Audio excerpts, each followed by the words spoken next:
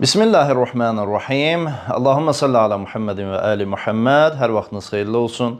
Dəyərli mömin bacı və qardaşlar, hər birinizi salamlayıram. Bugün sizlərə namazda qunutu nə şəkildə yerinə yetirmək lazım olduğunu göstərmək istəyirəm.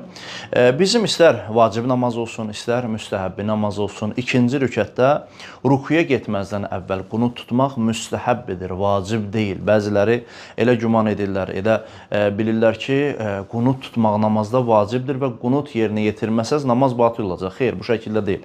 Qunut fərq eləməz, istər vacib namazda olsun, istər müstəhəbbi namaz olsun, qunutu yerinə yetirmək namazda müstəhəbbidir. Hətta insan bilərəkdən də belə, hətta vacib namazda belə bilərəkdən qunutu tərk eləsə namaza heç bir zərər gəlməyəcəkdir. Namaz düz sayılacaq. Amma bunu nəzərinizə çatdırım ki, namazda Fatihə surəsindən sonra, ayrı bir surə oxuduqdan sonra və rukuya getməzdən əvvəl qunut tutmaq müstəhəbbidir.